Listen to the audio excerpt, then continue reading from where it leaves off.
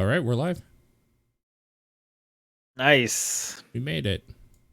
We both made it in Yeah. from the cold. This polar vortex that it seems like all of North America is getting. Oh, dude, it's been brutal here. Yeah, I mean, Yeah, you I know was how gonna it gets say here. how. Yeah, I was hearing like minus 35 for you guys. Yeah, more than anything for us, it was getting dumped on with snow overnight, and that like just causes hell on the roads. That's the bigger You problem. guys, But then the you guys got cold a came. lot of snow. Yeah, Yeah, yeah. I think my dad was saying like 30 centimeters or something like that. total. Quite a Yeah, bit. the first night I think it was 12 inches in like one go, and that's what fucked everything up. Right. But yeah, total. I think it's more like what you said. Um, I mean, I was seeing like everywhere in the States is having like crazy weather. We're really cold right now. Tomorrow is going to be a low of 1, which is pretty rough For for this area. for you guys, that's rough. Yeah, for sure. Yeah, it's pretty bad. I mean, I've been pretty cold the last couple days because we don't have the buildings here are not designed to have any kind of like heating system, so it's just like carrying this space heater to the room I'm in, carrying it over here. It's just not gonna leave my side. Um, Oh yeah, I was gonna ask. Down there is like a space heater as weirdly expensive as like air conditioning is up here because like it's one of those seasonal things, so they kind of milk it a little bit. Did they like on do your that? power bill, you mean? No, I mean like if you buy like a space heater that you plug in for just like because it's cold like 2 weeks of the year or something, are they just like, yeah, that space heater is gonna cost you like $200 though? Where up here, like a space heater is like $20 because you people So buy that them. the device itself, you mean? Yeah, exactly. Yeah. Yeah, no, they're cheap enough. Okay. You'll get a good space heater for like $40 or whatever. Because we get But screwed then on air obviously, conditioning up here. but obviously your power bill is going to go up quite a bit because space Sure. heaters use a ton of power. Sure. Yeah. Yeah. Um, and then what we will get though is during the summer, all the fans will sell out, especially Oh. if it gets real hot because everyone, I guess, doesn't have the fan they had last year or whatever. So there's just a big run on them. Huh. Um, I have the same fan every year, so it's fine with me. But I always hear like, or I see the empty spots because they're just always sold out of fans. That's weird as somebody who has a fan from like 15 years ago that I use still. So, Yeah, I guess yeah. a lot with my area though, because like nobody's like from the Bay Area. People just Oh, move here because you yeah. can't grow up here unless you're rich. Sure. So maybe it's just a lot of people like moving here and being like, "Oh, I didn't bring a fan. I didn't know it was going to be like this. Let me go buy a fan." And the people that do live there are like, you know what? We know, so we have air conditioning like built in or something. Like maybe that it's pretty rare if you're going to have air conditioning built in. I would say. I don't know if I've been in like apart from like an office building. I don't know if I've been in like a house that had air conditioning. Wow. Because it doesn't get like hot enough, except for maybe a couple days a year where you would need it. But anyway, um, yeah, polar vortex. I know some places in California it's even snowing there where it usually doesn't snow. So that's pretty crazy. Yeah. John's not here because of Because of this snow. problem. Yeah. Yeah, his flight was supposed to come in about an hour ago, but the snow delayed his flight. He actually just landed a couple minutes ago, so he's not going to join us today. Yeah. Yeah. But anything going on with you before we start the show? um no, it's been about 2 weeks. So I've been playing a lot of games, so that's been happening, but like there's nothing kind of, I guess Last of Us, that show is still like really good. Yep. The most recent episode, Sate, that was Yep. fun. Yep. That's I drove past there when they were shooting it and I was just like, wow, that's really weird looking, and then seeing it here is just like, yeah, that's exactly what I saw. Cool. Just It's kind of also neat. interesting because they had Jackson, which is a Yeah. Last of Us 2 thing. So they're definitely like blurring the lines a bit. You're right, because Last of Us 1 had them at the dam or something. They had an outpost, but it wasn't Jackson, I don't think. I mean, I don't remember the damn part. I'm realizing how much I've forgotten from Oh, Last of Us 1, all of the Jackson but I part def is in Last of Us 1. but I don't think it was in Jackson. Maybe I only remember the town of Jackson in 2. Sure. So, yeah. Yes, that show is still quite enjoyable. I like it a lot. Um, I think it's very like bold of them to they're doing the entire first game in one season. And I feel like you Yeah. easily could have like stretched that out if you wanted more seasons of this, but like good for them. Like that's going to be a really great season of television. Yeah. I don't know how they do 2 though with the time jump. They've already said they're doing a second season. Yeah. I honestly, I think it's probably going to be just a lot of I think they're going to split up game 2 over multiple seasons just because there's so much going on in that game with different characters. Yeah. I would have said the same thing about season or game 1, and they're cramming it all in one season, and season 1 is also going to have the DLC in there as well.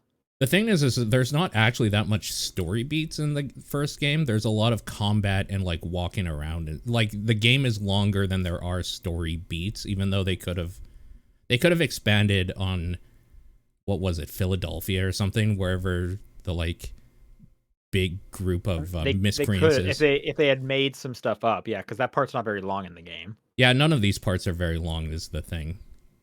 Really. I will say though, even if they did split up 2 into multiple seasons, Ellie's still the same age in all of 2. So yeah, like they still have the main problem of like there needs to be a time jump of like what, 10 years? I don't know what the whole actual gap is, but like she grows up significantly.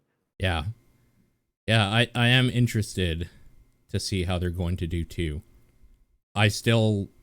I'm definitely with the people that like I don't like who they have playing Ellie. So if they recast her, I would. No. Oh, I can't stand her. I think she's terrible. But Bella Ramsey, I think her name is. I like her. Yeah, I think she's doing a good job.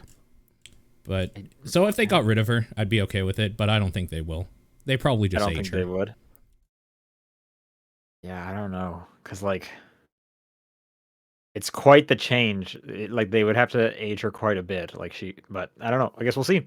Or they spend maybe they spend a bunch of time with like the others that they introduce in that game first, maybe, and then like she'll naturally age by the time they get to her stuff. I mean, I'm trying to think like, yeah, because like right now they're making her look younger than the actress actually is, and then hey, maybe season 2 doesn't come out for a couple of years or something, so they just kind of, get like a good chunk of like make her look like she actually does. Plus, it's been a couple of years. I don't know. I guess we'll find out. But yeah, I'm excited. I'm here for it either way. Yeah, I'm enjoying that show quite a bit. Yeah. Let's do the podcast. This is the Top Down Perspective for February 23rd. I'm Sean Booker. I'm Paul Fluck. Some quick housekeeping. Our Yakuza 0 episode of TDP Plus, we are actually going to be recording that live on Tuesday. Just so that I can have a better bedtime, and also John's not here, so that worked out. Yeah. But he'll be back on he'll be around on Tuesday, so look forward to that. Yeah. This is your last week to submit a game for the special ranking episode that we are doing on the Patreon. Only like a little over half of our patrons have submitted a game, so I know there's some of you out there listening right now who still need to submit a game. You have 1 week left to get that game in. You can do that over on the Patreon. Just comment on the post if you want to have a game included. And the poll did finish this morning for March's game, and March's TDP Plus game is going to be Metroid Prime Remastered. So look forward to that at the end of March. Right. But for right now, Paul, what have you been playing? I just wanted to give a quick shout out to a mobile game I've been playing a bunch of recently. It's made by Supercell, the creators of Clash Royale is probably their biggest game, and Clash of Clans, but like Boom Beach as well, I think is the other one they did. They released another game kind of in that cadre that is called Clash Mini, and it is a auto chess. It's a simplified auto chess game. So that's been super fun. I've just been putting a lot of time into that. It's very dumbed down, very easy to get into. There's only a handful of like characters, and you don't like you when you put down a like mini or a character or whatever on the board, you can only upgrade them from there. You can't do multiples of that same character or any of that stuff. So like it's very dumbed down and quick, but the games are like a few minutes each, which is kind of why I like it, and it's been fun. And Okay. right now I'm on the grind to hit legendary rank because I'm in Grandmasters, and it's become a slog now fighting other people that are actually know what they're doing. But Okay. yeah, that's been super fun. And What's the what are you? I'm assuming it's free to play. So what are you like paying for? What can you put money into for?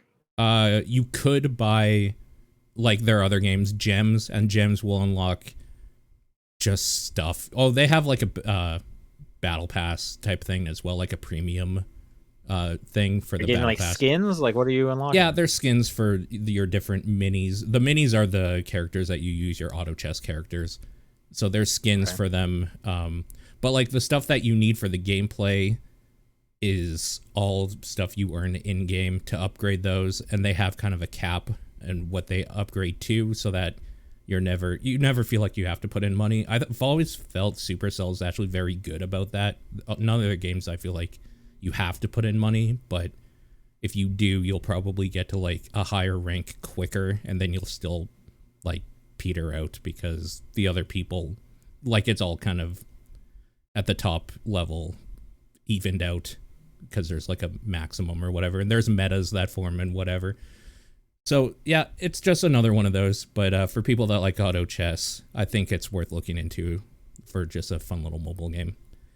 Is the app icon a big angry face?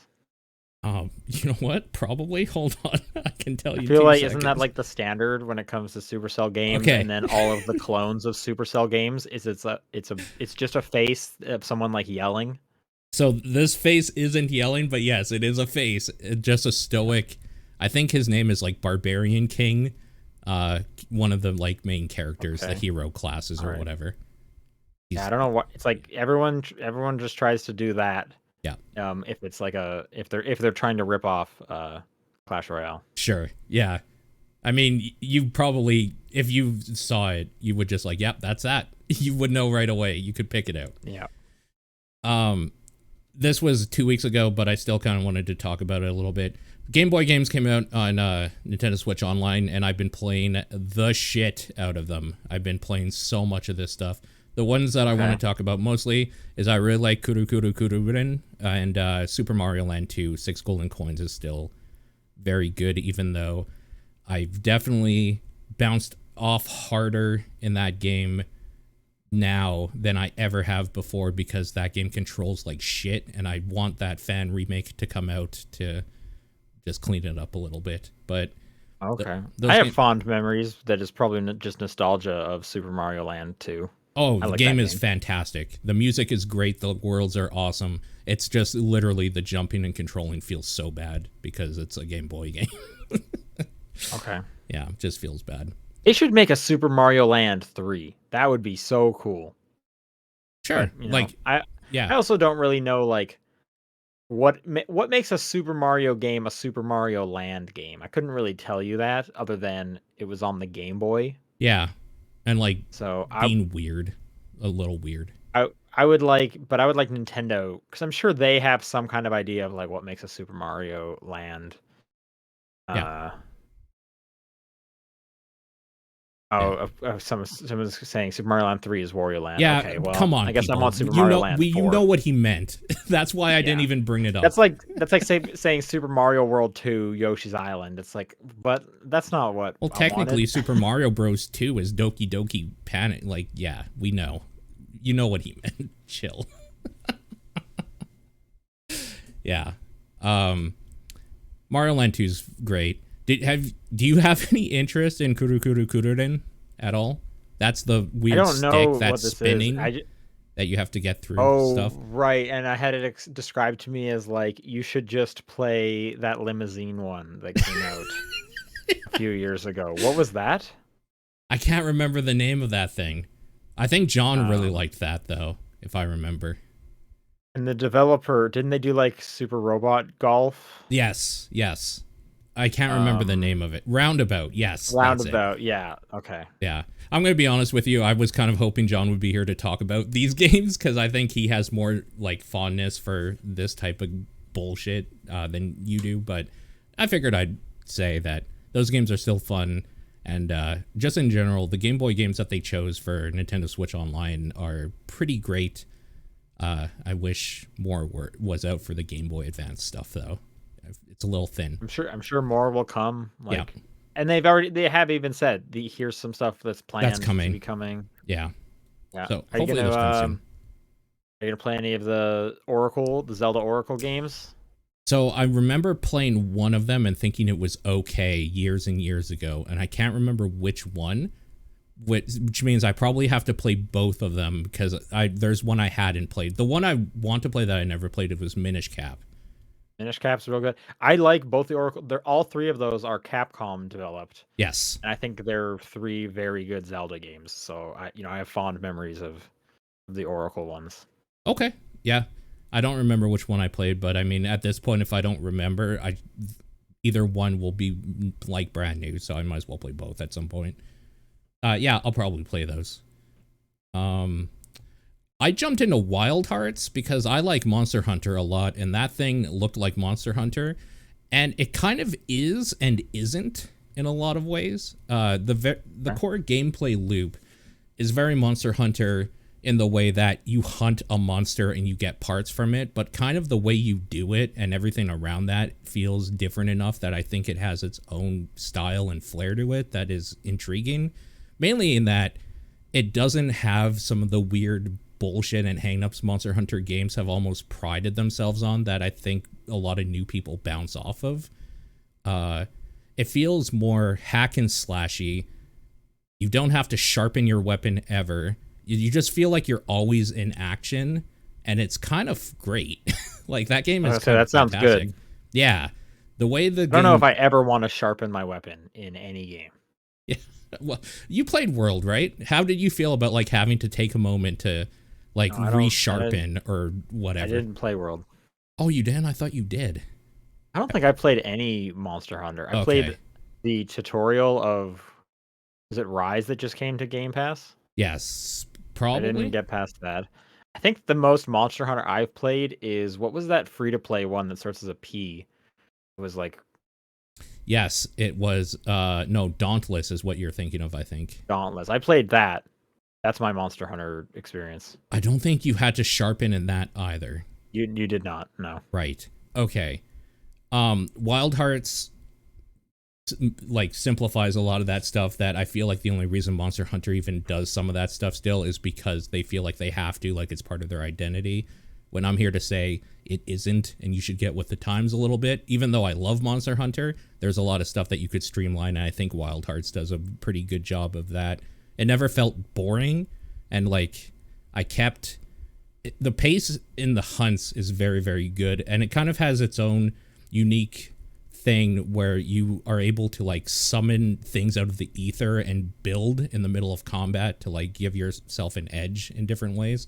This you start off with like a box that you can build basically, and you can stack them up to 3 high, and you can use these boxes to like for smaller enemies to kind of stop them in their tracks if they're coming at you. That doesn't last too long, though, because they're a little flimsy, but they're mainly for getting around to bigger heights and being able to jump off of them to do, like, aerial attacks or whatever and do some massive damage coming down onto monsters' heads and stuff like that, which is really cool. But then, like, even later on, in a couple hours later, when you're playing and you're fighting a new monster, you'll get this epiphany in the game, and your character now is, like... You can make a bulwark, which is a giant wall, essentially. So if you put down 6 boxes, 2 stacks of 3, like, really fast, it'll create this giant wall with, like, this tusk, like, head sticking out of the middle of it to kind of protect you from a monster that's charging at you, and it'll knock them on their ass so you can get some cool damage in. Like, I don't know. The Wild Hearts is... absolutely phenomenal in so many ways, except it runs like complete ass on PC to the point where it's almost unplayable in some regards, and that's such a bummer. Like, it hurts so much when you like so much about a game, but it technically cannot keep up. with it. I get it, man. Pokemon. Yes, exactly. Pokemon might have ran better in some instances than this thing. The reason being is that apparently this game is only utilizing one CPU core on CPUs, so people with like decent CPUs, basically, it's not utilizing any of their hardware properly. And they are putting a patch out for that this week, they said, so we'll see how it fares after that. It was playable for me, but it wasn't great. So if they put out a patch that optimizes that, I'm sure it'll be fine. Yeah, Wild Hearts is fantastic. I'll probably be talking more about it when I'm able to play more of it without feeling sick from bad frame rate and like getting frustrated because of dying to that stuff or whatever. Yeah. The other game that came out was Returnal. I picked that up right away and started playing that. On the PC? On the PC. That game's fantastic. What a great game. It is. It's so hard. I found it so hard. It is definitely not hard on PC because I feel like I have really good control on where I aim. I will say, learning the first boss was kind of a bitch because he hit so hard it would just kill me in like 2 hits. So there was that.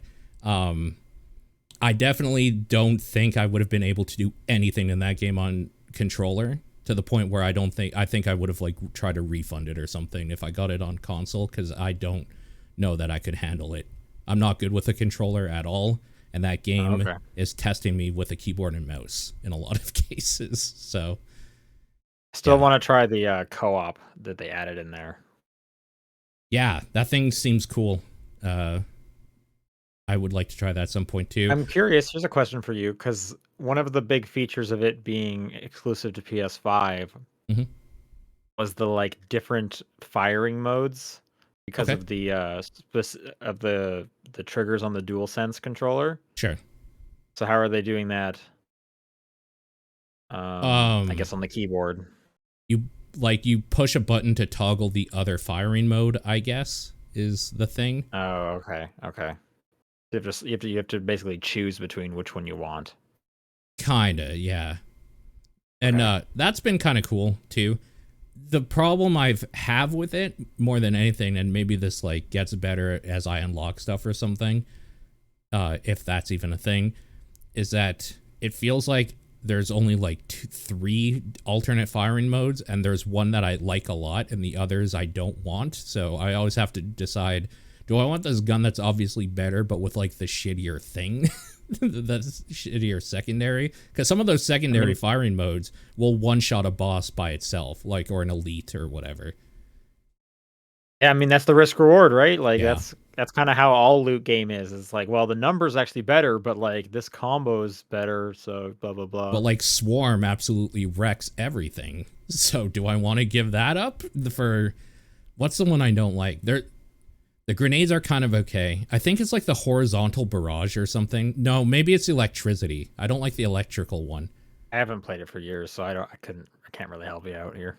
Fair enough. Yeah, that game is absolutely fantastic. I love everything about it so far. I will say I'm not really intrigued at the story as much as I thought I would be. It's there, but like it's not like really first thing on my list of things that like I care about in that game. I just want to do runs. I mean, I didn't obviously get to the end of the story to see where it goes, but I do like the idea of them, since it is a roguelike, weaving that into the narrative, and you are like finding the bodies and stuff, and it's like, what has happened? Like, that is cool. Sure, that stuff, you're right, actually. Finding like your old corpses, seeing how they died, and how you can like avenge their death and fight like an elite mob or whatever. That stuff's cool. It's mainly just like... It's not even... And when you're avenging it, it might not even be a run that like you did, like, oh, I definitely did not die here, but like in the narrative, it's like, well, we don't know what cycle this person is on. We just came in whenever, you know what I mean?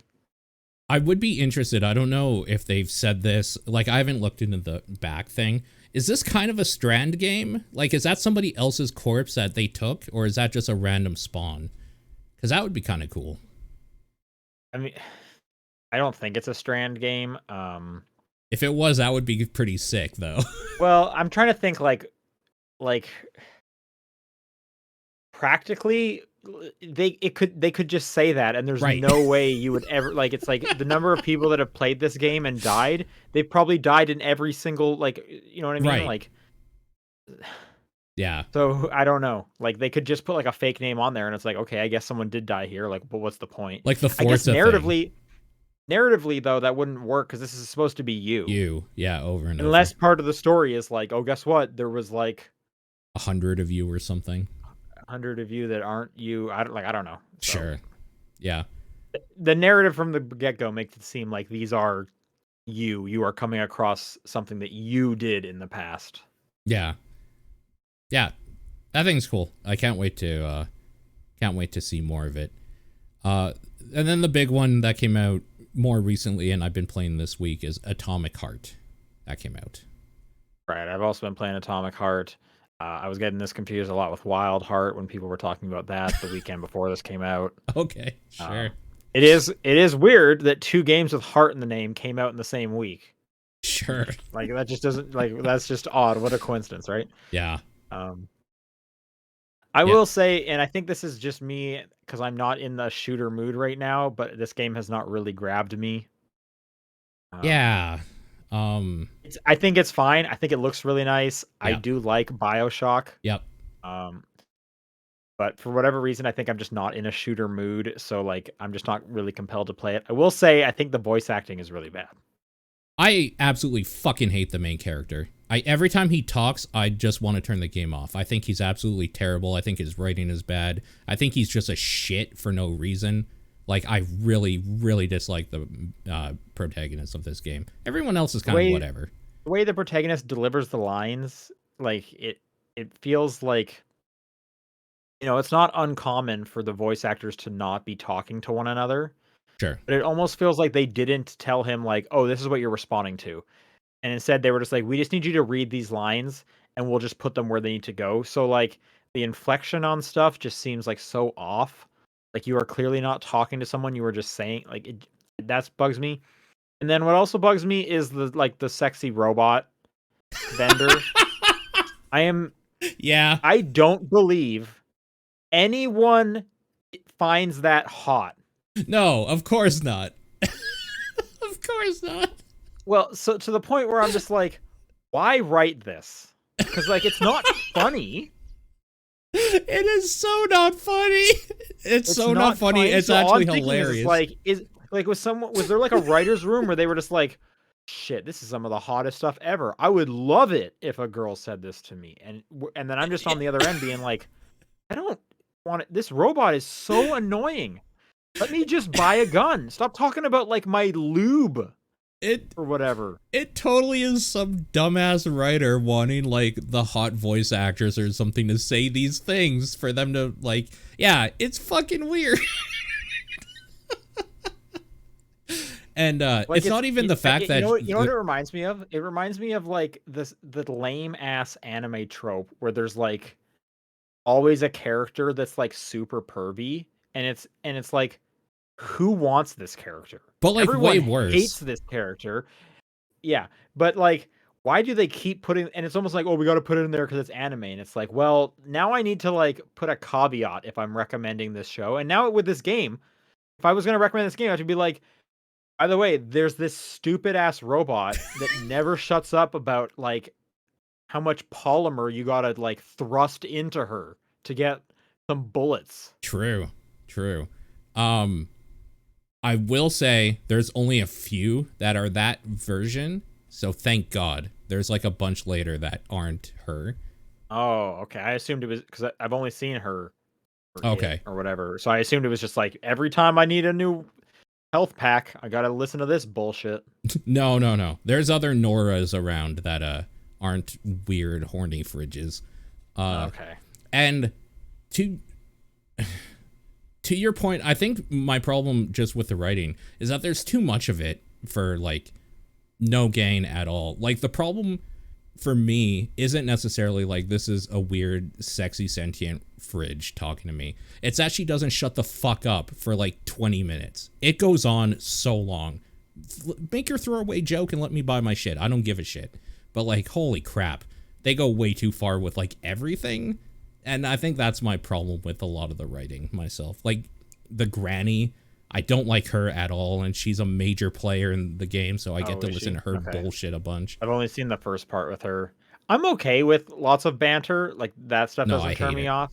Is like quantity of it doesn't turn me off, but Mhm. it's kind of a quality thing that There's can no irk me. quality. Yeah. I was also comparing it to like High on Life, but I was saying at least High on Life, it's Roland's dumb bullshit. Like it is what it is. My problem with that is that there was just too much of it. In this, it's the quality is terrible. The writing is god awful. That's what I hate about it. It's less than High on Life, but it's more annoying somehow to me. Okay. But yeah, I mean, I'm kind of with you on it. I think it's fine. I think the combat stuff is okay, especially now that I have like some different guns. I've got to choose my loadout a little bit and customize how I play through it, and it feels pretty fun. Um, but it's in a world of BioShock clones. All I want right now is System Shock Remake to come out. That's like the thing I want to fill that gap, and this is kind of like not fully doing it for me either, personally. The music's fantastic, I think. The boss music has been great so far. The Mick Gordon comes out and just big doom heavy metal guitars and Oh, shit. did he actually do the music? Yeah. Oh, okay. And I don't know if I've done a boss yet. I like just got the electric gun. oh, you're very early. Okay, yeah. Yeah, yeah, yeah. Yeah, I've done like an hour or two maybe. Sure. I think I'm about 7 or 8. And from what I've seen, that's like a little less than half done, maybe. Oh wow. Wow, okay. So yeah, this is apparently like a 20-hour game, and to be honest with you, when I saw that, I'm like, I don't know that I can do this for 20 hours. I really don't know if I'm gonna put 20 hours into this game. Like, Yeah, I don't know. It's kind of a bummer too, because this is one that's been on my wish list for like a long time. Screenshots and like the little video teasers from years ago. I was like, yeah, I'm in for like a BioShock type thing, and now playing it, I'm kind of like, it's a solid for me, like a 5 or 6. Like I'm pretty mediocre on it, but I also kind of feel like I want to finish it just to get it out of the way. I will say Game Pass is great price for it. Game Pass is great. You know what? The best thing that this game has is the like, I need to search this entire room. Let me Yeah, hold down right bumper, and it just like vacuums all the shelves open. it's very That is good. never not enjoyable to do. Like it is so goofy, but it's just like this is just great. I just like seeing all of this like room open up. This like wow. The way they just animated like random garbage just like flying around like when you do it too. Yeah, it's very satisfying. It never gets old. It's very There cool. is a weird thing though. If you pick when you come across an audio log, you have to. It won't suck it up. You have to like specifically choose to pick it up, Yeah, and then the UI for playing the audio log will stay on your screen forever. until you play it. Yeah, or you pick up And like it's like I something don't. else that gets rid of Yeah, it. so I usually just don't play it because I don't care. Right. Um, and because I know this because I tried playing it once, and if I get to a like a story specific part or some part where my characters need to speak, they'll just cut off the audio log and say what they need to say. So it's almost like I'm not going to just stand here and listen to the audio log for Yeah. who actually knows how long. So it's like no, if you don't have some kind of like dynamic thing to like make this work, like maybe God of War for example, no, I'm never listening to your audio logs, and as a result, that thing is always on my screen. Yeah. Actually, the sound design in general has a lot of problems of different vocal tracks layering on top of each other in an environment because everybody's so fucking long-winded about what they have to say. The environment's like telling you some lore thing. You're talking to your glove. Fridge is telling you to fuck it. Like, and they're all just happening in the same room, so they're all just kind of layering on each other. The sound design in this game is actually kind of phenomenally bad in that regard. The whole game is a little rough. I've Yeah. encountered a few bugs. There was a 70 gig day one patch already, and I Wow. still have had a few bugs of like closing out the pause menu and the reticle still being just in the corner of my screen. Um, Sure. I've had to like close out the game because it just froze when I was in the vendor. So I've had a few bugs with it, so it Yeah. needs a bit more polish. Yeah. Yeah, I don't know. Atomic Heart is, I think it's totally forgettable, but I'll probably play a bit more of it to see if I get more into it. I will say, as I played more of it and they stopped talking as much, it's been better. But I still have a lot of problems with the main protagonist, like a lot. Every time he talks, it's just, I don't want him to anymore. But sure. I kind of want to see, the next part, like, because the environments are pretty well done, I'll say. And like some of the rooms and enemies and stuff you encounter so far have been kind of neat, I thought. So it's so mediocre that I don't know if I'm going to continue or not, but I feel like I probably will. That's all I've been playing. So I have been playing some McPixel 3. Okay. McPixel is so good. For those who don't know McPixel, it's kind of like WarioWare if it was like an adventure game. So you're doing these like micro little adventures, and the game will set you up with like 5 or 6 of them of like scenes to kind of go through, and your goal is to like, I don't know, survive. They kind of change, but you're McPixel and you just need to like get something done. You don't know what there is to do, but it's also a game of like, it's a comedy game, so you kind of want to do all of the like wrong stuff first. Once you find the actual solution, it'll move you on, and it'll stop like it's cycling through them. So it'll be like, here, try the first one, try the second one. Each time you fail, it just moves on, and then it comes back. And as soon as you complete it, it won't bring you back to that one each time. Mm-hmm. It's funny, McPixel 1 was super funny. McPixel 3 is also super funny. I can't recommend McPixel enough. If you like WarioWare, if you like, games like that really focus on comedy, it's good. They really like the joke of like just pee on stuff and see what happens. Hilarious. Every time. Yeah. Mm-hmm. Yeah. So that's good. I will say, like, the one downside is sometimes you just like don't know how they want you to interact with something, and you can get stuck, which is pretty annoying. I've had that a few times where it's like, I don't know what you want me to do with these ants. Every time I do, like, he just hits me and I have to restart the ant section. But I mean, all in all, I'm actually stuck on the thing for maybe like 1 minute. I keep losing every 10 seconds, so it just seems like a lot. But I don't have much to complain about McPixel 3. If you like McPixel, you're gonna like McPixel 3. It's more of that. So okay, I will say, every time Steve comes up, that's fucking hilarious, man. I love it. Cool. They're so good. And then I have been playing Like a Dragon Ishin for a little while now, and it came out earlier this week. Yes. This is the spin-off. Yes. I have a major question for you that I've been wanting to know and saving for the podcast, because you're in the position of, you are playing Yakuza 0 currently and Like a Dragon Ishin currently. Right. Yep. So knowing how both of them control combat-wise, if I told you I absolutely hate the combat in Yakuza 0 just because of how it feels, not necessarily the combat system, but like how it feels a bit old, will I be more impressed by this game if I played this? Is it tighter? I think it's about the same. Shit. I was kind of worried you'd say that. Because if you look at Like a Dragon Ishin, it came out in 2014. Yeah, I know. It's an 8-year-old game. Or I guess 9 now. Right, but I think they were, around that time, still using the Yakuza 0 engine. Right. So it feels very similar to Yakuza 0, and like from what I've been hearing, like Kiwami, kind of what was happening around it, like the remake of 1, which came out after 0, and I think they were still on that part thing. Follow-up question then. Did you play Like a Dragon? The other one? 7?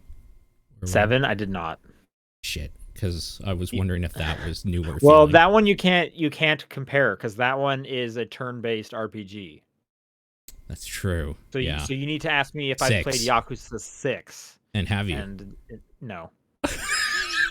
I'm just making sure everyone understands how this works. Yeah. Okay.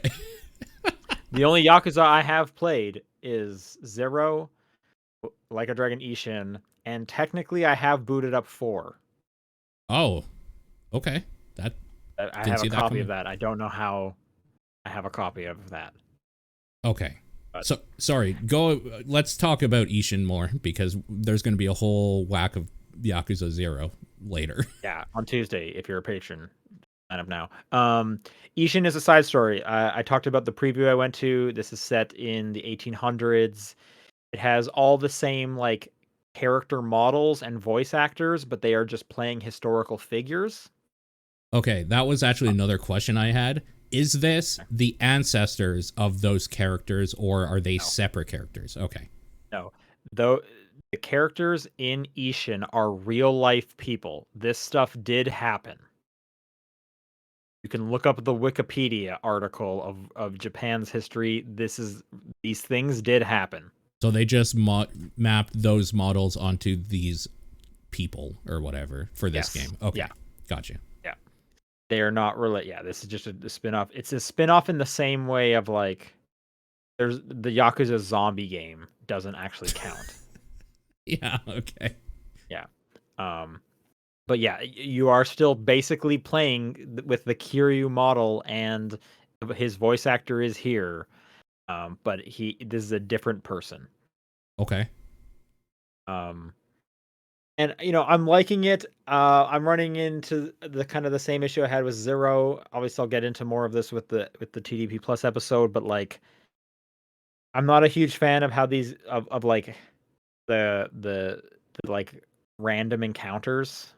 Like at Oh, some point, I sure. just want to like get to the place. And what's really annoying about Ishin is the olden day Kyoto that it's set in. That the town layout sucks to the point where some points you're trying to get like to the south of the map, but there's only one avenue that goes to the south, and you have to go all the way to the left first, then down, and now Oh, you can go to the south part of it. And there's like an island or two, and it's like, okay, if I need to get up there, I need to go all the way to the left, then up, then all the way to the right to get to the island. But it won't connect me to the south part of that island. That's only accessible by going all the way to the bottom right of the map. It's just like bad map design, which is annoying. And Kamurocho is a lot better because it's kind of just here's like a grid, so you can kind of do whatever you need to. Whereas it's like, right. oh, I know I'm gonna have to go through this one hallway every time, and it's just gonna make it. I wish I could just kind of as the crow flies. I would have solved a lot. So getting around kind of sucks, which is a bummer. And then there's the whole Yakuza problem of like these guys cannot run for very long, and they get tired, Uh and then huh. you have to stop doing that. In fact, you can upgrade how long they can run for, and I bought both of those upgrades immediately, and it's still not long enough. Man. But I mean, those are minor nitpicks. Yeah. You're coming to this for Yakuza. You want to have crazy drama. You got crazy drama. It is fun. It's actually really nice playing it at the same time as Yakuza 0 because the final bad guy in 0 is your brother Mm-hmm. in Ishin. And that's just kind of like a fun twist. Um, like because they can just like play around with that, and that's enjoyable. And they have a bunch of the goofy stuff there, chicken races, Kiryu dancing in the streets with the protesters. If you like Yakuza, you're gonna like this one. Right. It's just another one of those, and now they have swords and guns, which kind of adds to the whole like nobody ever dies in these random encounters apparently, but I Yeah. am literally shooting a dude in the face with a gun, and then he And then and then he's it like breathing exits. heavy at the end, like, oh, He's like, I'm sorry, yeah, sorry for bugging you. yeah, yeah, It's yeah, like yeah. there's no way you're alive. There's absolutely no way you're alive. Um, but I mean, I could say the same thing about 0. Is some of the stuff I did to those people, Yeah. even in like cutscenes. I've come to realize that like the people in the Yakuza games are superheroes. Oh, for sure. Every single one of them. Yeah. It's not just Kiryu. It's every single person in there is a superhero It's also because they can. street thug or goons or whatever they're called. Yeah, Yeah, all because of them. like nobody can die, nobody can get injured, no matter what you do to them. So, yeah, I'm playing a little less Ishin than I was 0 because I'm Yeah. trying to get 0. a good chunk of that for the TDP Plus, but I am planning to get back to Ishin soon and play more of that. I think I'm like 5 chapters or so in on Okay. that one. Roughly the same amount of time per chapter. Few hours, I'm guessing. A chapter. Yeah, they seem about the same kind of length Okay. as Zero's chapters. Yeah, okay. I had a tangential-ish question because you're playing 2 Yakuza games currently. Do you have the, like, do you want to go back and play, like, the other ones? Yeah. Okay. Yeah. I think at this point I'm gonna just kind of like have 1 and one 2 on the back burner at all times. at all times. It's just like, yeah, I have whatever one I'm on. That's installed, and maybe I'll bang out a couple chapters every few months or something. I've been The feeling nice the thing is like same way. So they're all on Game Pass. So like yes. that's great. And if they're not on Game Pass, they're usually on sale for like $5 each. I have Kiwami 1 on Steam for some reason. Like, I'm sure it came in a bundle of something. So, yeah, Sure, they're yeah. just around all the time. But that's like a big commitment. Like, It is. because there's 9 of them now. Oh, yeah, no, like, don't get me wrong. And they already have the next one announced. Some people have, like, a 10-year plan where they, like, buy a house. My 10-year plan is to maybe get halfway through the, like, Yakuza series right now. Don't get me wrong. I'm very aware. But, like, I kind of just want to see all of it.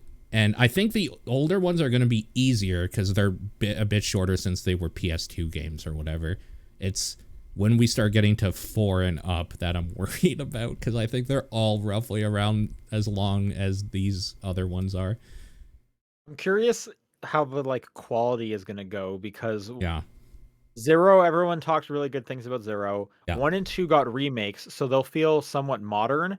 Yeah. Now I'm like really worried about like 3, 4, and 5. basically 3. I don't know about 5. 5 was only a couple of years ago.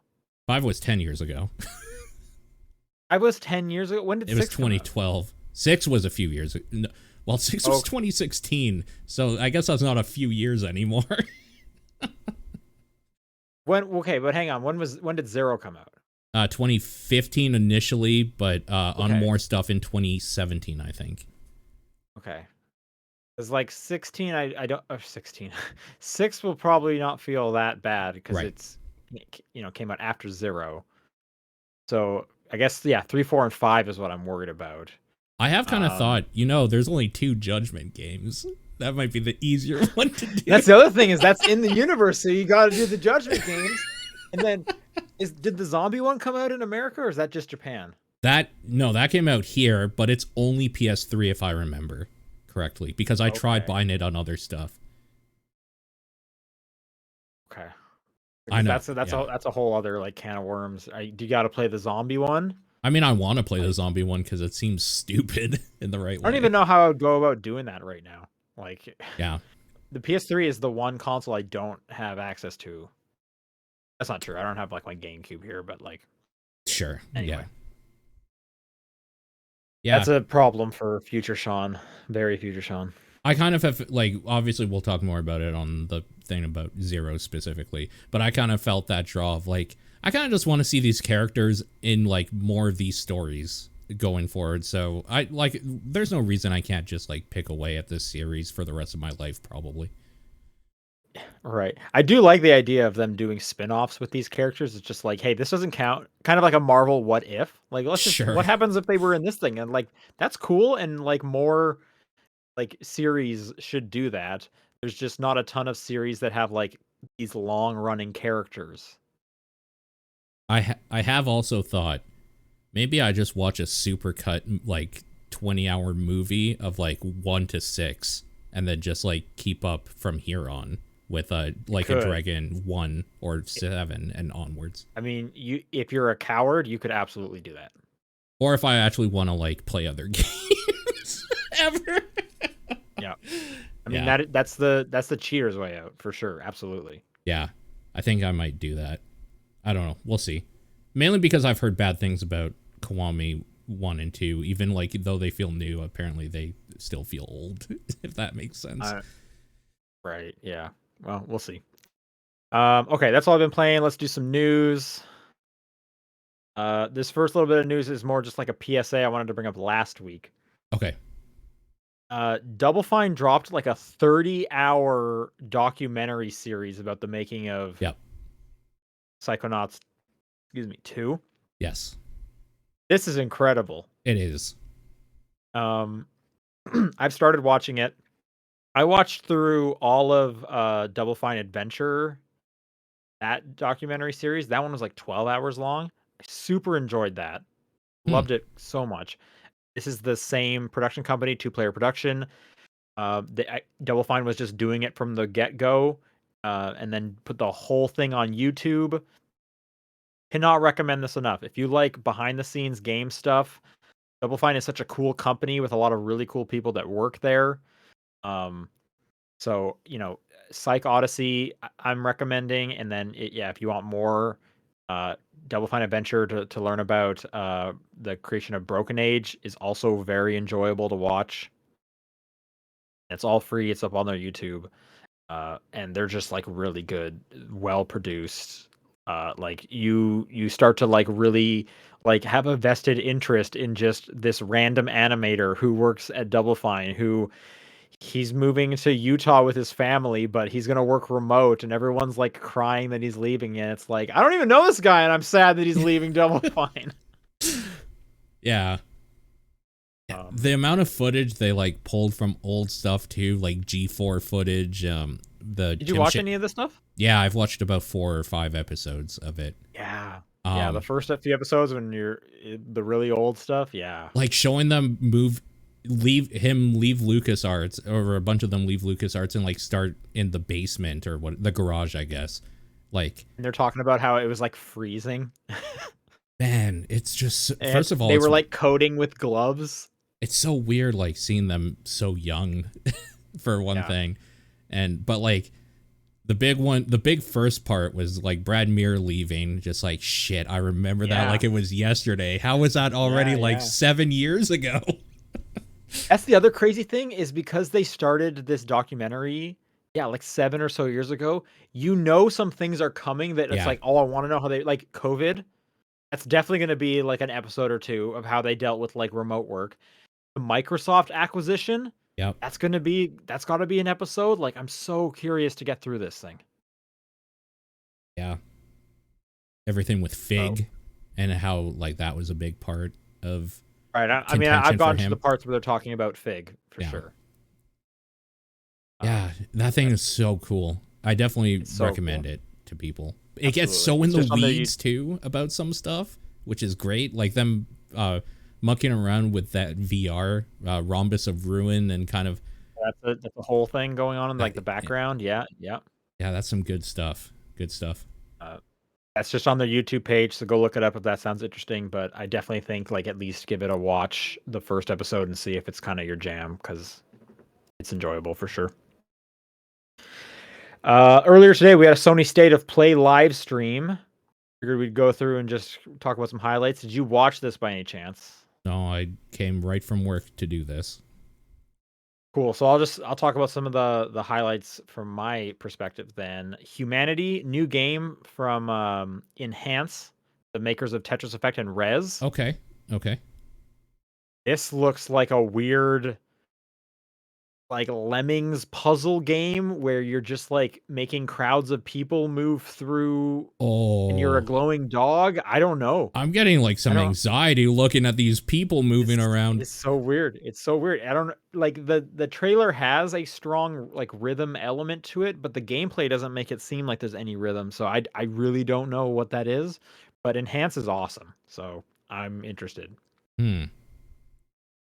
Yeah, very Lemmings, like you're right, but like tuned up exponentially with the amount of people, for sure. Yeah, it's definitely like some crowd stuff. They showed Resident Evil 4, so you'll probably be pretty into that. Got a trailer for that. I've seen it. I just want it. And then they had a big, long, like 15-minute look at Suicide Squad: Kill the Justice League. So we finally got some like gameplay of that. Okay, I am gonna watch that right now as we talk, but go ahead. I definitely got some Gotham Knights vibes. Like, this is a loot game. Right. So that stuck out to me. elements of kind of Destiny because everyone has like a way to fly around a little bit or hover. Sure. One thing that was kind of interesting is this is in the Arkham verse, which I Okay. guess I didn't quite like. They said it takes place 5 years after Arkham Knight.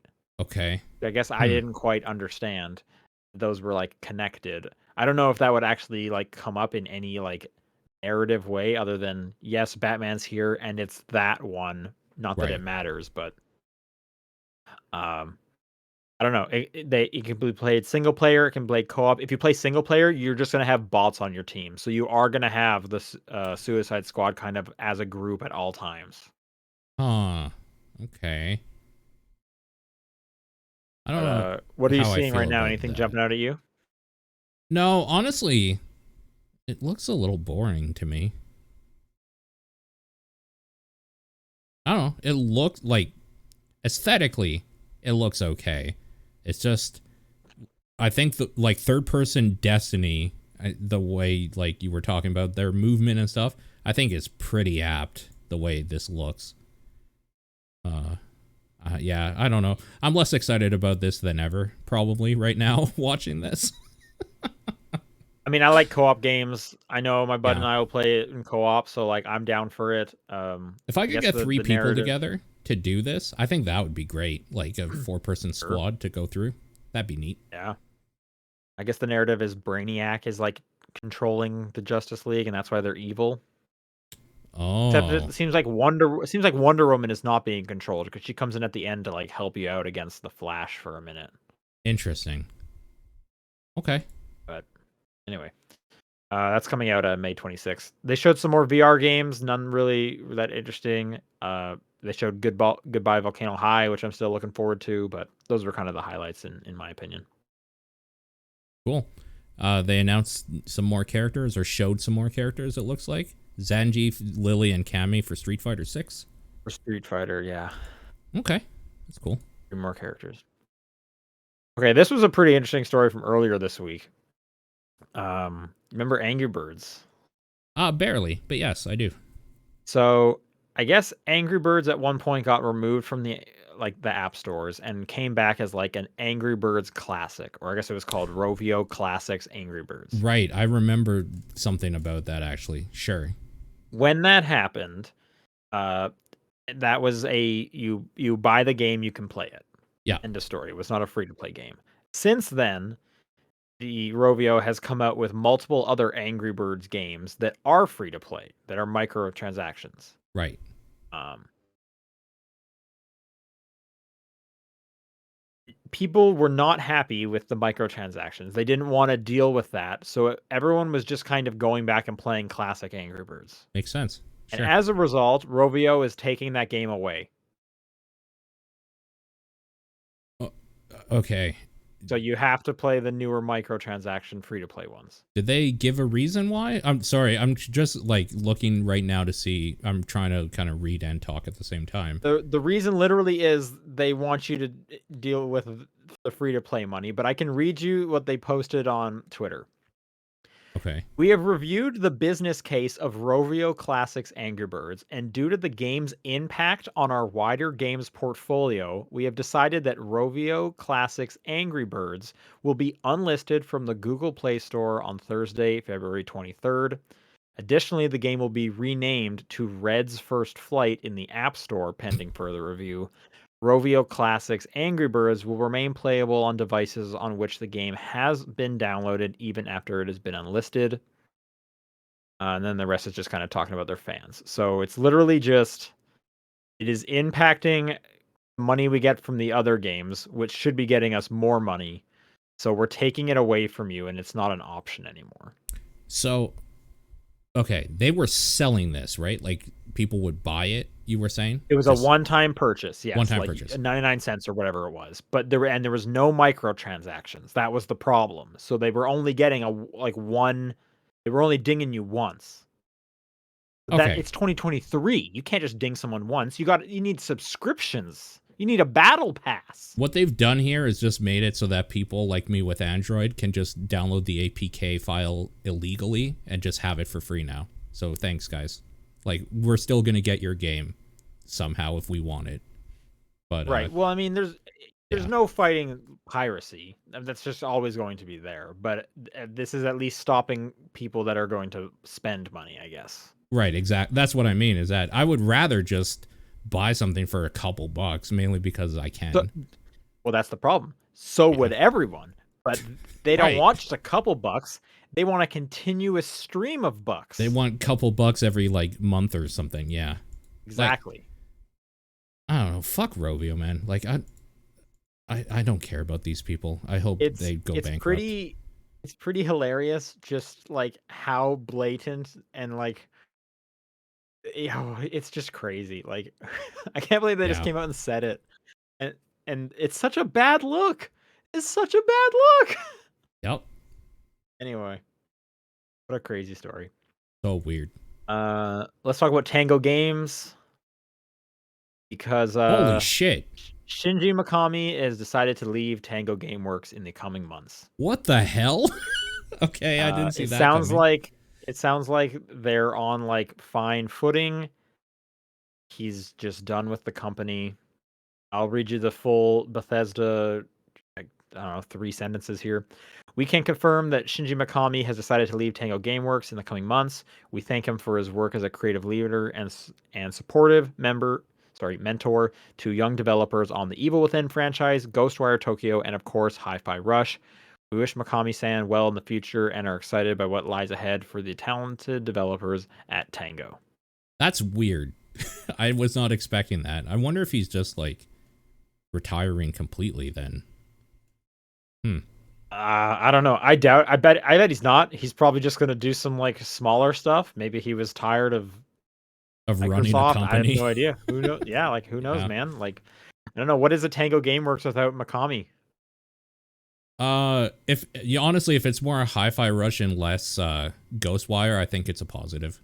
Ghostwire was fine, but like Hi-Fi Rush is such a higher like standard in my mind And I of know game. he wasn't the creative director on Hi-Fi Rush. No, he wasn't. Oh. But he was, I think, on Ghostwire and the Evil Within games. So yeah, maybe less horror just in general, which would be kind of neat. Yeah, who knows? But yeah, definitely weird to see. Mortal Kombat 12 got accidentally announced at an investors call by some Aw. random suit. Oh, that sucks. They're so good about their announcements too. Oh, that sucks. Yeah.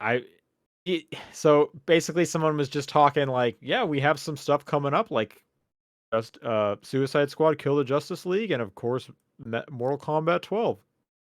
Just no fanfare at all. Just these are some things we're working on. Do you think Ed Boon is pissed? Yeah, absolutely. Ed Boon, they're like they keep this shit really tight, and they like to do a like announcement thing. That sucks. That really sucks for them. I'm curious, like with the time frame, so they're working on that. When do you think they would have announced it? Like E3? Was there going to be an E3 or like a Summer Games Fest live stream that they were like targeting? I don't know, maybe like Evo. Oh yeah, when is Evo exactly? I'm not sure when it is this year. August seems late, but if they announce it August and it releases in like October or something, that probably would have lined up. They do like a short run up. That's Yeah. they do. NetherRealms does like a short run up. Speaking Yeah, of Evo, probably let's go Evo. into that story here. We have the lineup for Evo of this year. Oh, Is sick. Street Fighter 6, Guilty Gear Strive, Dragon Ball Fighter Z, Tekken 7, King of Fighters 15, Melty Blood Type Lumina, Mortal Kombat 11, and Ultimate Marvel vs. Capcom 3. Okay. None of these are surprising. I was just looking over the list again quickly. No. Cool. Hey, I'm excited that Dragon Ball Fighters is still there as the one that I can parse the best and Sure. understand. Sure. Yeah, yeah. But yeah, maybe they would have announced it at Evo as guess what? Here's a trailer. So it is a bummer that 12 just got like slipped out of there. Yeah, as I think about it more and more, it probably would have been Evo and probably for like October, November or something. That seems to be something they've done before. I mean, I could have also seen like a Summer Games Fest, an E3 announcement, and then Sure. like a character trailer at Evo. Right, sure. There's plenty of stuff they could have done. Yep. Bummer. And then last little story here from Game Pass. If you remember the Ultimate Friends and Family plan, where you could get a much discounted one if you had like 4 people added in there, that's expanding to 6 additional countries, including Chile, Hungary, Israel, New Zealand, South Africa, and Sweden. Cool. At this point, I'm assuming it's just going to be every country that doesn't have a major foothold with Game Pass, and America will be last, if not never. Right. That's cool. Good for them. Good for them. Yeah. All right, let's do some questions. If you'd like to send in a question, topdownperspective@gmail.com, at TDP Podcast on Twitter, the Discord channel, or John's P.O. Box. This first one, I saw this earlier this week and it made me laugh. This first one from Kaxmarpsych. Yeah, I don't know how to say it either. Marpsych. Hey, Sean, just listened to the August 24th, 2014. And one guy wrote in about the cheater plugs you used in your apartment and advised you to ground them. But instead, you decided to hope. I'm not much one for spoilers, but I'm kind of curious if hope was enough. Yeah, hope was enough. I had no electrical problems. I didn't live in that place for too long. So maybe it was a scenario of just didn't using the wall plugs enough, but like I had everything plugged in with those little 3 to 2 converter things. Nothing was grounded. Cool. Yeah, there's the TLDR. Kevin writes in and says, is censored swearing better than no swearing? It's definitely funnier. I was gonna say, what is better? Because like, yeah, it's funnier, I guess. Here's a question: if you're watching something and they censor the swear, do you want to hear a beep, or do you want it just to be silent for a second? I want them to do the weird like TBS thing of putting another word dubbed in there. That's always the funniest to me. Like with like a different voice, like just almost like a robot voice. The one I always go to immediately in my head is, obviously you've seen Die Hard, you know, yippee-ki-yay motherfucker or whatever. Sure. I think it's 2. He's like yippee-ki-yay, and then another voice just butts in. It's like Mr. Falcon or whatever. It's so funny. Okay, so you want a different voice? Yeah, sure. That's definitely probably the funniest one. Yeah. If better is funnier, then there's our answer, I guess. Yeah. Yeah.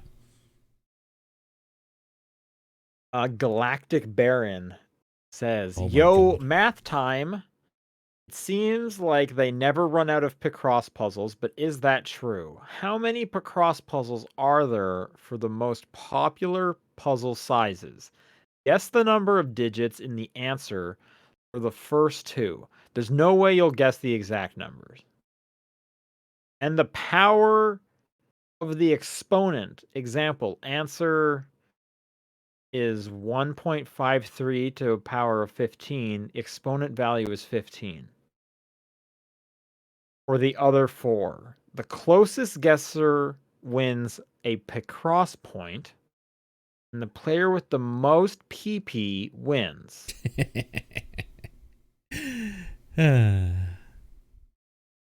Okay, what are we doing? I don't understand this, actually. So wait, we need to guess the exponent number, but wait, I don't understand what the answer for the first 2. Guess the number of digits in the answer for the first 2.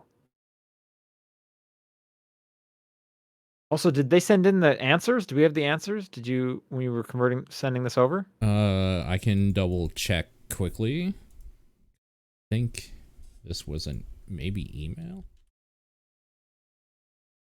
I'll quickly check if you're able to parse what is being asked of us. I have no idea what we're doing. Okay, 5 times 5 is 25? There are answers. Oh, well, we're trying to. No. Let me not. So hang on. This is the number of different versions of a 5x5 puzzle. I don't think I'd even be able to make a guess that would be anywhere close to this. Okay, so each row and column should have 10, right? So 10 by 10. I don't know. Let's just say 1,000 maybe for the 5x5s. I think it's way higher than that. Yeah, probably. I'm just throwing a number out because he says just guess. The first row could have 1, 0, 5. Could have no. It would have like what 25-ish for just the top row alone of different combinations of pattern. Yeah, I think so. No, I think it's even higher than that. I have absolutely no idea. There's no way I'd guess this. Just tell me the answers. What are the answers? There's no way I'll ever guess this. Okay. What is 5 by 5?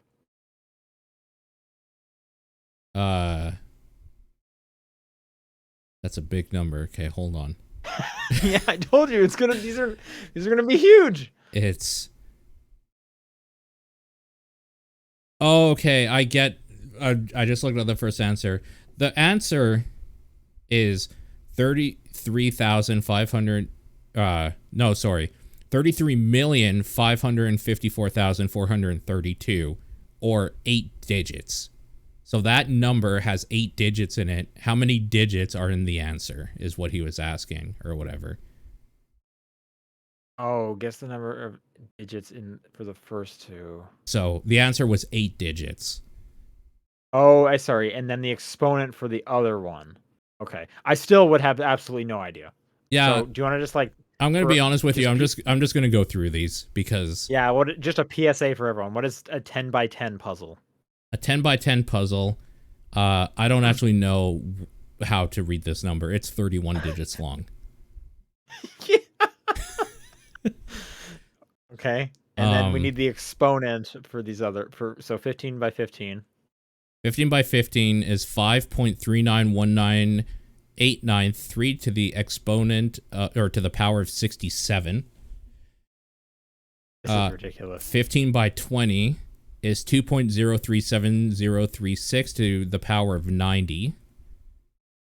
30 by 30 is 8.452712 to the exponent, or the power of 270. And 50 by 50 is 3.75820 to the power of 752, though if you use Google's calculator, it just calls it infinity.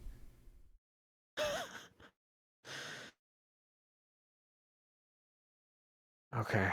And again, did they give us the answer for the tiebreaker question? Okay, there was another answer here. What is the question? tiebreaker? So the tiebreaker bonus question. If you didn't have to eat, sleep, or poop, how many years would it take to complete every possible 5 by 5 puzzle, assuming an average of 20 seconds to complete one and load up a new one? It would be 21.28 years of nothing but Picross. Oh my god. Yeah. Jeez. Okay. Okay. Thanks for that question. I mean, it was interesting, but there was no way we were gonna guess any of that. I don't even. There's no way. Yeah. Matthew Wright. This question as a follow-up is so good. The duality of our listeners. So the exponents question. Matthew writes in with, what do you think is a proper ratio of chugga chugga to choo choo? It's 8 to 2, right? Yeah, you're... Yeah, you got to do it in your head. Yeah. And I know how with ratio works. You'd say, well, so that could be 4 to 1. It's 4 to 1. If you say 4 to 1, that doesn't sound right. It has to be 8 to 2. No, 8 to 2 would be chugga to chew. Chugga chugga to choo choo is 4 to 1. Oh, I see what you're saying. Okay, yes. Yeah. So then it is 4 to 1. Good question. Suka writes, blast from the past question. Favorite cutscenes originally asked on October 31st. The answers given last time were For John, the Metal Gear Solid 3 Subsistence bloopers, and the Silent Hill 2 dog ending. Sean says the entirety of To Kill a Mockingbird in the darkness. And Nathan mutters something from Metal Gear. We talked about this like a few weeks ago, I think. I remember us talking. Yeah, I remember us talking about these. Favorite cutscenes. I would probably put Asura's Wrath somewhere in there now. Sure. Yeah, yeah. Something from Metal Gear. Yeah, I mean, if I'm sticking with the like movies in the in a game, then it's probably High on Life because I watched all of like Evil Wind or whatever that dumb one was in the movie theater. Oh, okay. Demon Wind, I think is what it's actually called. I mean, Yakuza 0 has to be up there now with some great cutscenes. So, arguably, the thing End of keeping me chapter going 6. is these cutscenes. End of chapter 6 is so good. Yes, that would be up there for sure. Yeah, it's been pretty good. Oh, Lineback in the chat mentions Deadly Premonition. Yeah, that's some all-time great stuff right there.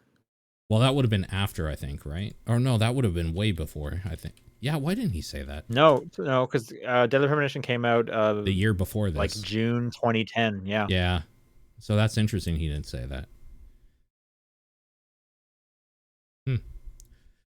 Rasterman writes, lately I've been surprised by the number of games popping up that feature an alligator. Little Gator Game, Brock the Investigator, Skater Gator, and most recently, Rally Gator, just to name a few. In a similar vein, some people consider cat games to be a genre, but there are a lot of them. Do you believe in the future we may have a genre, or at least a tag for gator games? If so, how many would need to be released? Okay, I don't think cat games is a genre. It isn't. Yeah. I agree. So it could be a tag. There's enough now for a tag. Why not?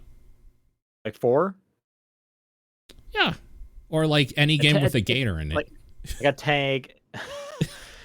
Just like a Twitter account where it's just like, does this movie have a fish tank in it? And it posts every hour with whether or not. Yeah. Well, I don't know, because that's a different tag. The tag would then be like, contains a gator versus gator game. And I feel like gator game implies there's a significant amount of gator, not gator activity. Okay, sure. Like as opposed to like Far Cry 4 where you can be attacked by a gator. It doesn't. Yeah, I don't know. I don't know if I'd call Far Cry 4 a gator game. But it has gators. Right. Okay, got you. Yeah. Yeah.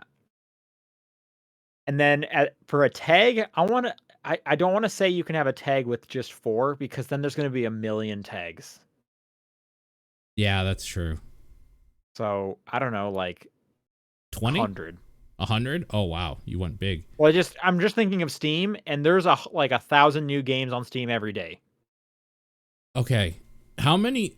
Like, are there really a lot of cat games? Like there's probably less than 100, right? No, there's got to be more than 100. You think so? I think so. Is there a way to like search that tag on Steam? There has to be. I bet there is. Yeah, I'm just curious. Like just think, like Stray. That's a cat game. What would you call it? Just cat game? Is that the tag? Let's put cat game. Cat game, yeah, probably. Okay. I'm going to guess. Here's my guess. Yeah. 1,100. Well, no.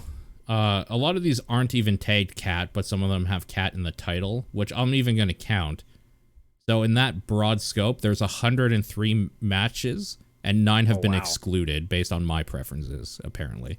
Which I don't know what that means, but I wonder if that means because like I don't want it to show me games I own, so I probably own like 9 of them. Oh, okay. Cat game should not be a genre. Gator game should not be a genre. Genres mean things. Words mean things. That's the important part here. I would like for them to. Yeah. So, if the Phantom Aegis writes, which of these do you overall prefer? Documentaries or biopics? If you need a brief description of these, a quick Google search says biopics are movies or TV shows dramatizing the life of a particular person, typically a public or historical figure. Documentaries are a movie, television, or radio program that provides a factual record or report. Documentary, 100%. No question. I don't know. I'm fine with both, Yep, but I'm good with I guess either. I would. I guess from like an like enjoyment standpoint, I think I would lean more into a biopic. Um, Okay. as long as it doesn't get like too crazy, like oh, this clearly could not happen. Um, Or does that make it then again, funner, like Weird Al? well, I was gonna say, then there's the documentary Weird, the Al Yankovic story, which Right. Uh-huh. kind of goes against what I'm saying here. Um, so yeah, I don't know, because like like the Double Fine thing we were just talking about, that's a documentary, and I really like that. But then I also think of like the movie The Social Network, which is a biopic, and I also really like that movie. So I can go for Yeah. both. I think if I was gonna sit down and watch something, I would probably pick a biopic though. Yeah, I would definitely still pick documentary. The thing that's in my mind right now, the most recent one, is I watched that Elvis movie, and like it was Okay. fine, but like I would rather just watch the documentary and like learn about him. Like I don't need that dude or that actor or this like script or whatever. So I don't know. Okay. Documentary for sure for me. Oh my god, this is long. Okay, VGC Kenny writes, I was thinking about the shooter question I sent in a while ago and how you were confused why Mega Man wasn't a shooter. I've been thinking about it. I don't have a complete answer. I think it's more of a feeling than a definitive rule, but I did think of something else. In Mega Man, I prefer to press the button to fire it each time rather than hold the button to rapid fire, even though it's an option. I've noticed across several games with guns, the habit is different across different guns. Sometimes I prefer to press it to shoot each time. Other times I prefer to hold it down. As an example of a non-shooter doing this, for most of the guns in Persona 5, I press for each firing for most of the guns, but for two of them I hold it down. Do you treat guns or gun-like projectiles in the same way? If not, is there anything you do that feels similar to what I'm talking about, if you understand what I mean? There's something, yeah, the thing I like is that in a game that's a hack and slash or like a top-down hack and slash or something, if you are playing a character that is shooting or swinging a sword, I like to be able to hold the right stick in a direction or push a button or like hold the button to continuously slice a sword or whatever rather than having to mash. I hate mashing buttons. So, but I don't know Okay. that like it, yeah, I don't think there's a time I would ever rather hit a button multiple times to shoot necessarily. Trying to think. When it comes to shooters, I want to say I do usually press it individually. Um, that's almost because I've kind of like trained myself to like do like burst fire because I'm used to guns having like recoil, so you don't want to just hold it down the whole time. So you kind of want to like have a bit of a rhythm to shooting it. That's all Hmm. I can really think of there. Okay. Because I think like the shooter I'm playing a lot of right now is like Overwatch, and that one you can just hold it down for any of the guns and they'll continuously shoot. But even then, like I do still tend to just do it manually on my own. I don't know. Hmm. I just realized something that if I'm aiming down sights in a game, I will like burst fire or like click it more. But if I'm not, if I'm hip firing, I'll hold it down more often. And I just realized that about myself, and I don't know what to Oh, feel about that. it's interesting because when you're doing the hip fire, the spread's gonna be bad Right. already. So that's when you really don't want to be making it even If worse. anything, it should be the opposite. Yeah. Yeah. Weird. Dead writes, continuing on semantics, what makes a media property weeby? Yeah, there was a big discussion a bunch of us had about what makes something weeby. Um, because I think we all have an idea in our head about I was just gonna say, is it anime? right, but that weeby? Because weeby Yeah. is technically people infatuated with Japan that aren't Japanese. And generally they say, Like this person is a oh, weeb. yeah, generally they say it's white people, but I'm sure anybody can be Sure. a weeb if they're not Japanese, technically. Right. Yeah. Okay. And I don't then know. the big I would just discussion was, can Japanese people be weeby? That's kind of what it led to. And there's a line in the sand where it's like, technically no, because the weeb thing is a derogatory thing for an outsider, really, like being infatuated. But yeah, I don't know. It was a weird conversation. The thing I think we all agreed on is like weird over sexualization and obsession with waifus seems to be kind of the big thing. Okay, yeah. Okay. But I couldn't tell you why. It's just like like an inherent feeling that I was born with, that I know a weeb when I see one. This is like the porn scenarios. You can't describe it, but you know it when you see it. Right, exactly. Well, because isn't the like lusting over like the anime waifu just another version of lusting over like the Japanese culture? That's the thing, is that I think so. Yeah, because why is it like this? Why is it this anime waifu and not like a porn star or somebody else, like Twitch streamer or some other parasocial relationship? Something that's just not Japanese. Right, exactly. Tinged. I see. Yeah, I don't know. I mean, at that point, I'm just wondering if it's just a scenario of like a lot of anime is targeted towards teen boys, so they just kind of get like an inherent interest in it from due to like their age. Because as like for a lot of people, your interests when you hit like your teenage years are gonna kind of start lasting for a while. Like that's they're gonna be very impactful to you. Yeah. Like it's kind of like the old saying, like your favorite video game is probably from when you were like 12 to 16. I just looked up in the dictionary what weeb is. Do you want the definition from dictionary.com? Yeah, Sure. It's a derogatory slang term for Western a person who is obsessed with Japanese culture, especially anime, often regarding it as superior to all other cultures. I guess that's what. So how does it make a media property weeby? So the thing that a friend of mine was talking about that I think Dead disagreed with, but I kind of agreed with, was inherently nothing made anime-ish style or whatever by a Japanese developer can be weeby because it's their thing.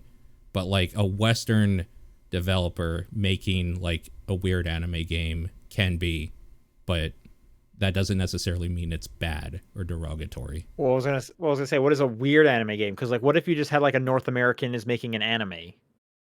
Sure. Is that weeby? Or are they just like, no, I wanted to make something in that style. It's the style I chose. I could have chosen stop motion, but no, I decided to choose anime. Well, because like the big thing that came up in my head was, do we consider Ghost of Tsushima weeby because it's obviously a fondness for Japanese culture made by a Western studio? Yeah, see, I wouldn't say it is.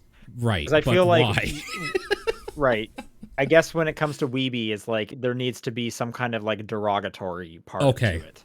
Okay. Like there's a cringe factor. And I think that's where the waifu thing comes in. Okay. Sure. Okay. Yeah, I probably agree with that, where there has to be like a derogatory nature to it in the first place. I'm just trying to think, like I don't think I would call someone a weeb as like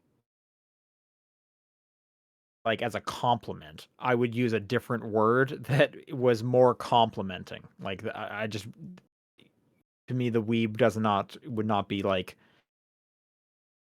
you. I don't know. I was gonna say I wouldn't want to be called a weeb, but there are probably some people who self-identify as weebs, and like I'm not trying to say that's bad. I just would feel like I think it doesn't sound like a compliment. So, Japanophile apparently is another term that people have used that apparently is less derogatory, even though it sounds way worse to me personally. But maybe that's because I associate a file with really bad shit. Otaku is like, I guess, like the closest other thing, even though that's a Japanese word, and just by using it, it's kind of weeby. I guess so. Yeah, I guess otaku is what I would have thought of as like the dictionary definition of weeby, but weeby sounds more derogatory than otaku. But like you said, it is a Japanese word at this point, so like, yeah, the Ouroboros again, I eats probably his own wouldn't. tail. I wouldn't call someone otaku. Right. I would not use that in a sentence. Right. Yeah. I don't know. Dictionary.com has like, where does it come from? And there's some other terms. Apparently, like, weeb came as an alternative to the term Wapanese, which was wannabe Japanese that 4chan started using, and that sounds way worse than weeb too.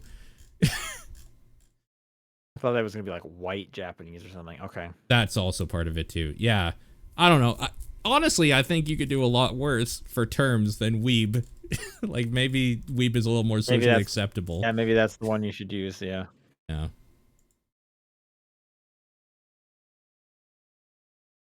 Where are we here? Hebrew Lantern writes, if you punch yourself and it hurts, are you weak or strong? Probably both, right? I'm going to say strong. Okay. Because if you actually, I think it would be pretty hard to punch yourself. Actually punch yourself. Like, well, if you have like no regard for you're kind of stupid, honestly. Yeah, you shouldn't punch yourself, but just the idea of like, I think it would take a lot of strength mentally to actually punch yourself. Yeah, I find it hard to think of a time where you're weak for feeling physical pain. Like, yeah. Well, I guess, like, it depends where you punch. I've definitely like hit myself in the leg or the arm before. Right, but you didn't like really try to do it, right? Like, I'm saying, no. Even I'm thinking like, if I needed to like try and like hit myself, I still think no matter what I did, I would not be hitting myself as hard as I actually could. Fair, yeah, sure. Like, I just don't think I would be able to do that. Yeah. The answer is you're stupid. You're not weak or strong. You're dumb. That is also true. Okay, we're gonna skip this one, and Hayes AC writes, the internet just reset. Now all of you must create a new name/nickname for your accounts. The new one must follow the next formula: game item, name, 2 digits. Example: Mushroom Mario 10. Can I pick my name as the name? Oh, that's a good question. Like, does it have to be our name, or is it the name of a video game thing? Like, character, I mean. I'm creating a new name. I don't think it has to be a video game name. Okay. My name will be Muramasa Paul 69. Easy. Muramasa. Is that a game item? What is a Muramasa? It's a sword. Specifically, mine is after Sephiroth's sword. But okay. All right. See, I'm not a weeb, so I didn't really know that. Excuse you. We're called Japanophiles. Yeah. Oh, sorry. Or what was the other one? Wapanese. Whoa, you can't say that. Could you imagine someone like self-identifying? That's our word. That's our word. Yeah, I don't think you're allowed to use that, man. Game item. Okay. I'm trying to think of something that's like alliteration-y. Okay. Something with an S. I'm trying to think of like a game you like that you could take an item from that isn't a car or something from Burnout Paradise. Yeah, that one doesn't have a lot of great items in it. I don't have a good answer for this. Oh, okay. Last question from Linebeck. What kind of games do you enjoy playing with your partners, be they single player or multiplayer? I like single player.